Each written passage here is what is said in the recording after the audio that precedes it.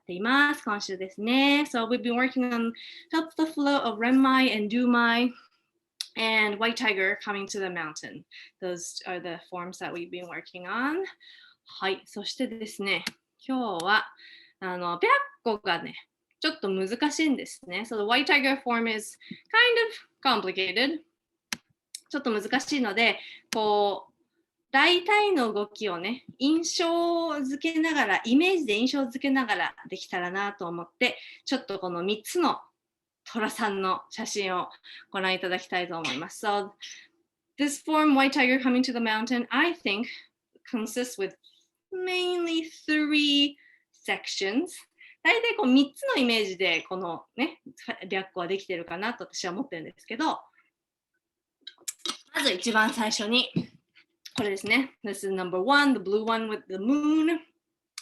こう白い虎が出てきて、こうピュン横を向くんですね。そして、一歩前に出るこの。And then he takes a step forward. 一歩前にピッと出ます。そして腰を下げて今からこうニャンニャンってなる準備みたいな感じですよね。Then he crouches down and ready to pounce.And then come back to center is kind of the 3 sections that I think. So この3つの最初のちょっと動きを見せますね。So I'll show you the form and maybe you can see that shape. So 最初はこの月のね、青いこっち向いてるやつですね。最初に月が上がった山に出て横を見ます。キャーンさっきのね、横見てたこの虎の感じ。そして一歩前に出ます。この足が一歩前に出て、そこに乗ります。ね、さっきの一歩前に出てた虎。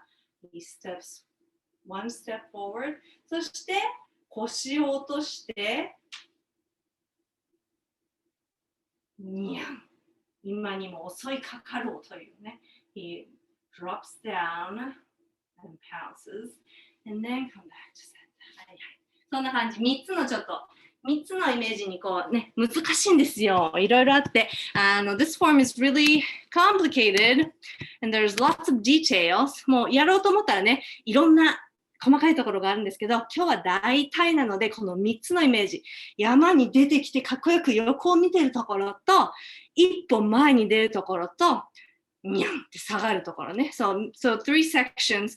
When the tiger comes to the mountain and looks to the side,to stepping forward to crouches down and ready to pounce. Those are the 3 images that I want you to focus today.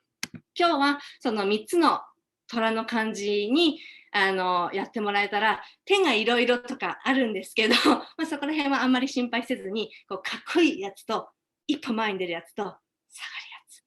So let's just focus on that image and don't really worry about lots of hands.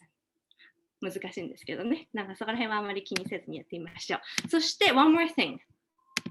最後のこれですね。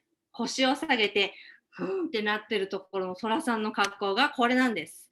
So the crouching tiger pose is Shiebu, resting stance. 血歩。これいろんな方に出てきます。This stance shows up in different forms, this white tiger being one of them.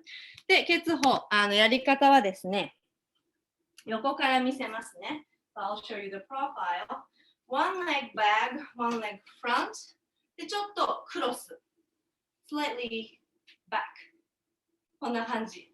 で、そのまま後ろのかかと、この後ろですね。To the back heel, you're going to sit on.まっすぐこんな感じですね。はい。で、one leg back, one leg forward, slightly tight, and then you're going to sit on the back heel. This is resting stance shape. これが血歩なんですけど、で、ポイントがですね、So there are 3 things I'd like you to think about when you doシエブ、ケツをやるときに3つ注意していただきたいのが、今言いましたね。後ろのかかとの上に腰を下ろす。You need to sit on the back heel. His weight is on the back heel, right? Not front, in the back.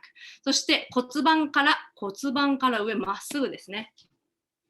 こうなったときに、こうなってしまっては意味ないんです。This is not great. From pelvis and up, it needs to be up like this.